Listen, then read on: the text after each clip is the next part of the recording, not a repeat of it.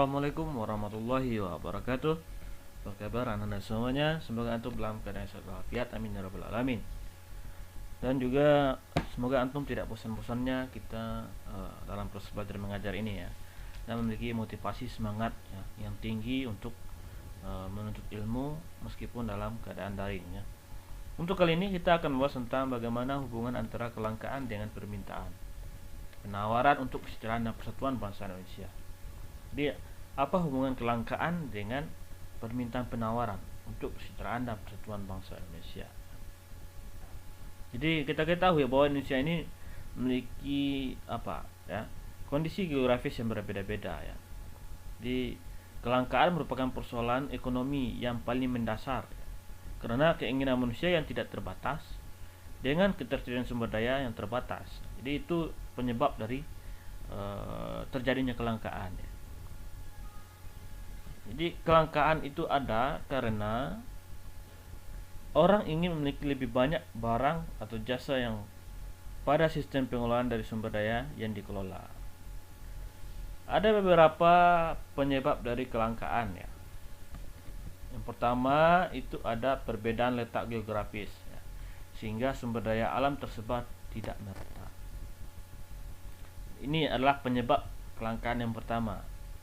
Ada daerah yang banyak sumber daya alamnya bahkan melimpah ya. Kemudian ada juga yang kurang memiliki potensi sumber daya ya, sehingga kekurangan. Kemudian yang kedua itu pertumbuhan penduduk lebih cepat ya, sehingga menimbulkan kesenjangan antara kebutuhan dengan persediaan barang dan jasa. Itu yang kedua. Kemudian yang ketiga ataupun yang C, keterbatasan kemampuan produksi barang ya, adanya keterbatasan kemampuan memproduksi suatu barang. Mungkin bahannya kekurangan ataupun para pekerjanya tidak mampu untuk memproduksi barang terlalu banyak dan sebagainya ya. Kemudian yang keempat ataupun yang D, perkembangan teknologi tidak sama ya. Di beberapa negara maju perkembangan teknologi berlangsung cukup cepat, serta di negara berkembang justru perkembangan teknologi sangat lambat dibandingkan dengan perkembangan kebutuhan manusia akan barang dan jasa. Itu penyebab dari kelangkaan. Penyebab dari kelangkaan.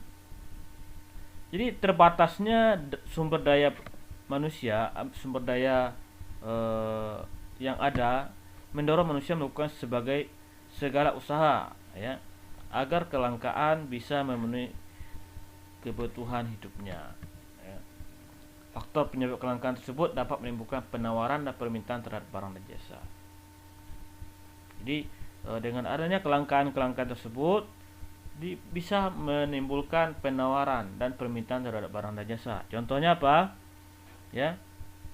Seperti penawaran terhadap barang dan jasa akan melimpah ya, terjadi pada daerah yang kelebihan hasil produksi. Jadi kelebihan produksi, maka daerah tersebut akan menawarkan barang tersebut dengan daerah yang kekurangan ya, mengakibatkan harga barang dan pada daerah tersebut menjadi lebih murah ya. Ya. Penawaran terhadap barang dan jasa akan melimpah pada daerah yang kelebihan hasil produksi ya. Begitupun sebaliknya. Jadi permintaan ya akan terjadi akan barang dan jasa apabila daerah tersebut memiliki kekurangan ya, barang dan jasa tersebut ya. Jadi bagaimana solusinya untuk mengatasi hal tersebut dengan mendistribusikan barang dan jasa tersebut ya. Seperti kita memiliki banyak ya sumber sayur-sayuran ya, karena kita berada di daerah pegunungan, maka kita memiliki produksi sayur-sayuran yang berlebih, sehingga kita sayur-sayuran di sini sangat mudah didapatkan dan harganya sangat murah ya, karena memang mudah didapatkan. Berbeda dengan daerah Sumatera Barat misalnya yang berada di pantai ya, ataupun yang di Padang. Jadi mereka tentu akan susah mencari sayur-sayuran ya. Itu mereka akan membeli barang di Kerinci ini dengan harga yang lebih mahal, ya, berbeda dengan di Padang, di Kerinci. Itu contohnya, hingga kita mendistribusikan barang dan jasa tersebut ke Sumatera Barat ataupun di Padang. Ketersediaan antara pasar dan distribusi dapat kita lihat peranan pasar dalam mendistribusikan barang dan jasa, ya.